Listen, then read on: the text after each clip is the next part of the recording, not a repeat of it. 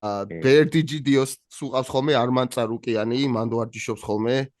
ხო, არმანიც იქ არის ხოლმე. ხო, არმანი, მგონი ხამზატიც რო იყო ჩამოსული, მანდ იყო, მანდ გააკეთა ბოლო მომზადება. როგორი იმასტი არის ურთიერთობაში, იცნობ თუ არა რა, წარუკიანს რა? ვიცნობ, ახლოს არა, მაგრამ ნუ რაღაცა შეხება მქონია იქ ესე ხშირად არ არის დიდად იქ. შემიძლია რომ გითხრა თავიდან ბენეილ დარიუში ჩემი ძალიან ახლო მეგობარია და ოჯახის წევრი და გამითიშა და დამინოკაუტა და ამიტომ ძალიან გული დამწყვიტა და მაქსიმალურად ვცდილობდი რომ ცოტა შორს ყოფილიყავი გადაკვეთითთან, მაგრამ ყავს საერთო მწვრთნელები, საერთო სპონსორები, ნუ მიწევს მისი ნახვა პერიოდულად და ესე ურთიერთობაში ძალიან ნორმალური ადამიანი არის. საქართველოში დაბადებული ახალქალაქში. ხო, რუსეთშიც ახალქალაქში. რო წარმოიდგინო მართლა ეგეთია, მისი ოჯახი ახალქალაქში ცხოვრობს დღემდე თუ ასე. ხო და თავიდან ვაფშე საერთოდ ქართულ დროშას აჩვენებდნენ მაგის გამოსვლაზე. იმას რო ეჭხუბა მახაჩევს ქართული დროშა იყო იქ გრაფიკებში რა, UFC-ში. ხო, ნუ ის არის, რა ქვია, ბიზნესურად როგორც ჯობია ეგრე იქცევა. მე და რომი ვერ პატიობთ მაგას ერთ რამეს რა, ეხა ბენიელზე ბაზარი არ არის, მაგრამ მაკაცმა თქვა რომ რომი ხო იცი რაზე ვსაუბრობ?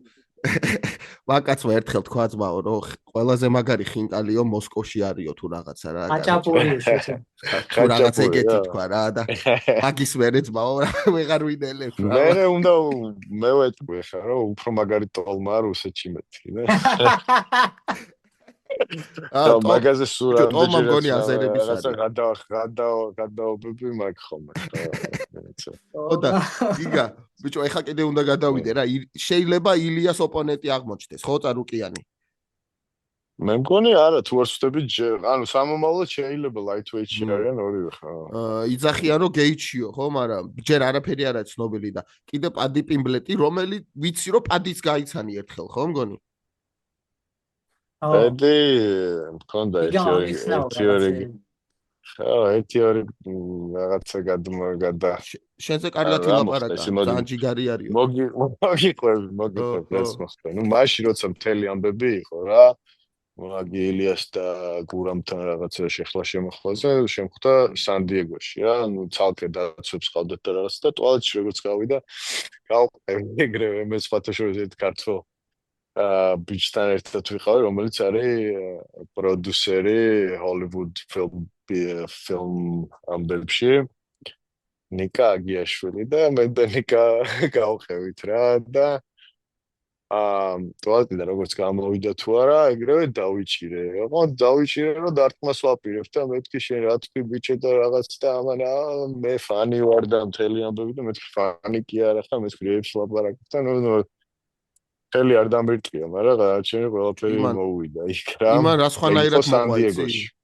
იმან არა, ეგეც მოხდა, მოგიყვები მე და ეგეთი რამე მოხდა სან-დიეგოში 2022 წელს თუ 3 წელს რა.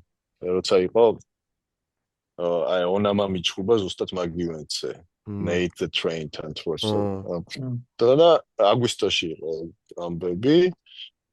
და მეთქი ბოდიში მოიხადე, მეთქი გამოდი თქო ქართულ ხალხთან მოსკი რა. და რა ვიცი, როგორ მახსოვს, ცირა რაღაც მაგარი დაძაბული სიტუაცია იყო მე რა, ეგ დაცვები მოვარდნენ UFC-ს დაცვებს, ვისაც ხავთ ხოლმე ეს მარკეტინგული ტიპი, რაც ვისაც დაყვებიან, იმას ბევრი დაცვები დაყვებათან. მე აქეთ გამომიყვანეს, ის იგი წაიყვანეს, ოღონდ სანამ წაიყვანდნენ რაღაცაზე მეთქი ბოდიში მოიხადე თქო რა, გამოდი მეთქი და სოციალურ ქსელში სამე ვიდეო ჩაწერე თქო რა. ისე მოხდა რომ ეგრე დავშურდით. მე გავიდა დრო აღარსად არ მინახშია და მანჩესტერში მქონდა მეც ჩხუბი, მაგასაც ჩხუბი რა. და ეს დარბაზებს sharing-ს ვაკეთებთ რა.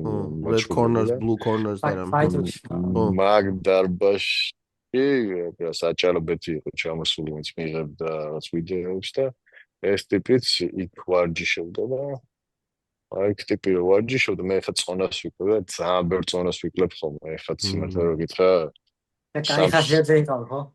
მაგას ხასიათზე რა. და რა ქენი მეთქი ბოდიში მოიხადე თქო ამას დავაბადე რა. ჩაწერე მე არ მინახია თქო ვიდეო თქო და მე მეც ვნახე ეს ქართული ვიდეო რაღაცა. ბიჭო, ეგრა ბოდიში იყო, that was a half-ass apology, man. მართალი ხარ, ერთი კაი სილა კიდე მოხდება მაგამ. Yeah.